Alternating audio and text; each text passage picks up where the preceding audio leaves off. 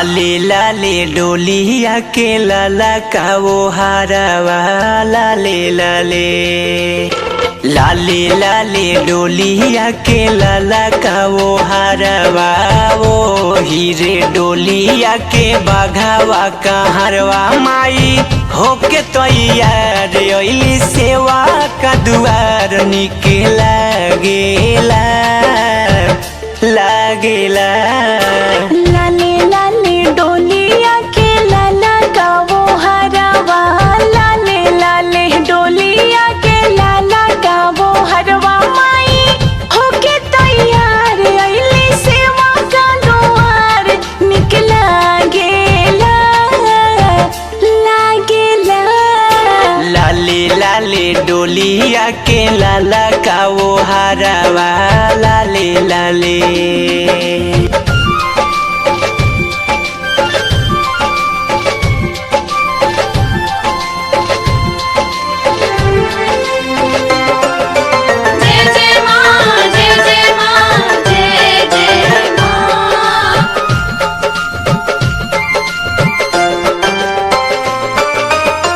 रुनु कत झुनु कत मैया के लेके आइल बाबा घावा अंगनामा हो। गैया के गोबरा से अंगना लिपवनी चौका पुरवनी चननवा हो। हाथवा में शोभे माई के तिरवा धनुहिया हाथवा में शोभे माई के तिरवा धनुहिया पाँव में पड़े जनिया माई के बाजेला। लाले लाले डोलिया के लाला का वो हरवा लाले लाले डोलिया के लाला का वो हरवा माई होके तैयार अइली सेवा का दुआर निकला गेला लागेला। लाले लाले डोलिया के लाला का वो हरवा लाले लाले।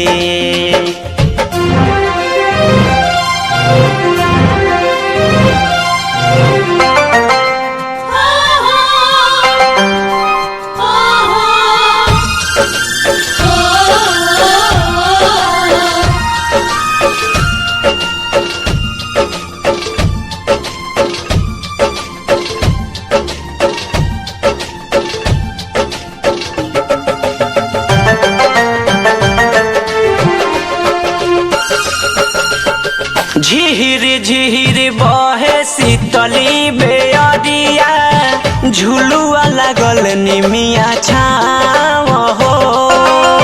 स्वर्ग से चल के मैया दुलारी आ गइली हमनी के गाँव।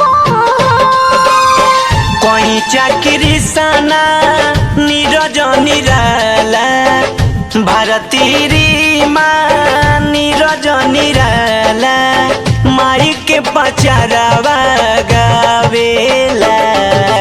लाले लाले डोलिया के लाला का वो हरवा लाले लाले डोलिया के लाला का वो हरवा माई होके तैयार अइली सेवा का दुआर निकला गेला लागेला।